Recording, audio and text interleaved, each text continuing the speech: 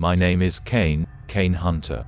It had been 3 months since I had solved the case of the boy haunting the apartment, and now I was officially a paranormal hunter and investigator.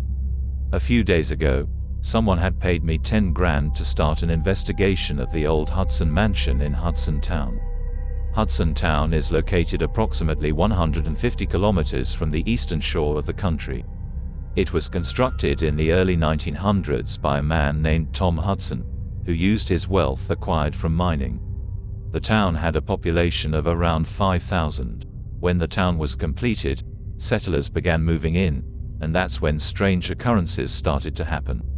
Every July, teenage girls would start to disappear, and this phenomenon continues to this day. The townspeople suspect that the disappearances are somehow connected to the old Hudson Mansion. I used the down payment to invest in some equipment for my venture. I purchased a video camera to record any strange phenomena. I also bought a high-low frequency recorder to capture sounds of varying frequencies. In the late afternoon, I arrived at Hudson Town. The town appeared deserted, so I took a tour. I noticed a huge lake to the north, numerous windmills to the east, 3 tin mines to the west, and tin processing factories to the south. The temperature was lower to the north and east, and hotter to the south. After exploring the town, I began searching for a place to stay. I found a hotel in the town center, right next to the Hudson Mansion. The hotel seemed quiet when I checked in, with no other guests around. I went straight to bed after checking in and requested a wake-up call from the front desk at 7 p.m. for dinner. I woke up to the sound of the phone ringing. I checked the clock and saw that it was 7 p.m. I quickly washed up, changed into a fresh set of clothes, and went downstairs for dinner. To my surprise, there was a crowd in the restaurant. People were eating, drinking, and enjoying themselves. I guess everyone was at work in the afternoon, and now it's dinner time, so everyone is out to have fun. After dinner, I was still tired, so I decided to go back to my room. I thought I could have an early night and start early tomorrow. However, everyone else seemed to be in a party mood. I could hear people singing, clapping, and stomping their feet on the ground, just like the old days in a bar. The party never seemed to end. It wasn't until 3 a.m. that the noise finally subsided. The next morning, I checked out of the hotel and made my way to the Hudson Mansion. When I arrived at the main door, I started knocking on the doorknob. After a few minutes, I heard footsteps approaching and the door opened. Standing in front of me was the tallest man I had ever seen, over 2 meters tall. He introduced himself as Dan, the butler of the house. "I'm Kane," I said. "Mr. Kane, I have been informed of your arrival. Please come in. Would you be starting work immediately?" Dan asked. "Yes," I replied. "That would be great." Dan showed me to my room and then brought me to the study. He told me that I could find all the information I needed in the study. I felt overwhelmed when I entered the study. There were stacks of old books neatly arranged on the shelves surrounding the room.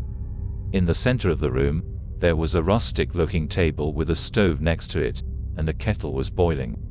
The chair looked grand, and there was a painting of old Mr. Hudson, the previous owner of the mansion, hanging on one of the shelves, said Dan as he left me in the study to do his chores. As he closed the door, a cold draft blew across the room, and I shivered. I took out a tome and started reading. I began to feel uneasy, as if I was being watched. I looked around but didn't find anything unusual, except that the eyes in the painting seemed to follow me wherever I went, sending shivers down my spine. I shook off the weird feeling and continued plowing through the tome. I kept reading until my stomach growled in protest, and I decided to go to the kitchen to grab something to eat. After eating, I returned to the study to continue my reading. The study appears different, but I can't quite put my finger on it. Dismissing it as insignificant, I continue reading. This tome documents the history and population of Hudson Town. When I reach the end of the tome, I realize it's time to get some sleep.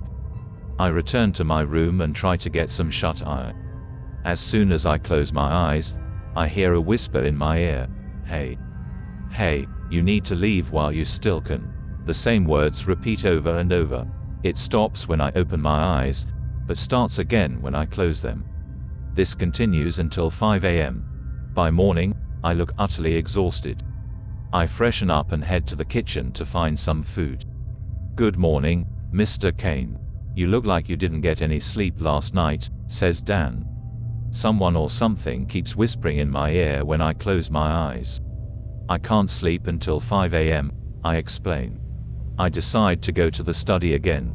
I pick up another tome and start reading, this one about sermons and incantations. The more I read, the more I am unable to stop. I only put the tome down when I finish reading the entire thing. I now understand why the girls are missing.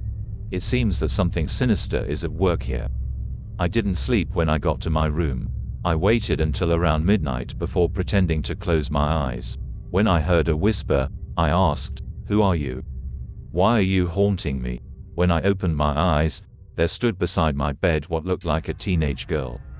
'Are you trying to tell me something?' I asked, and she pointed to the fireplace in my room.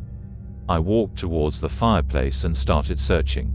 I heard a click and the fireplace moved. It opened a passage leading down somewhere. The ghost floated down the stairs, and I followed behind.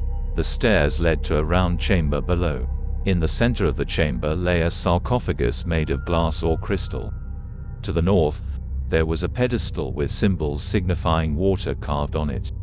To the east was that of air, to the south fire, and west earth.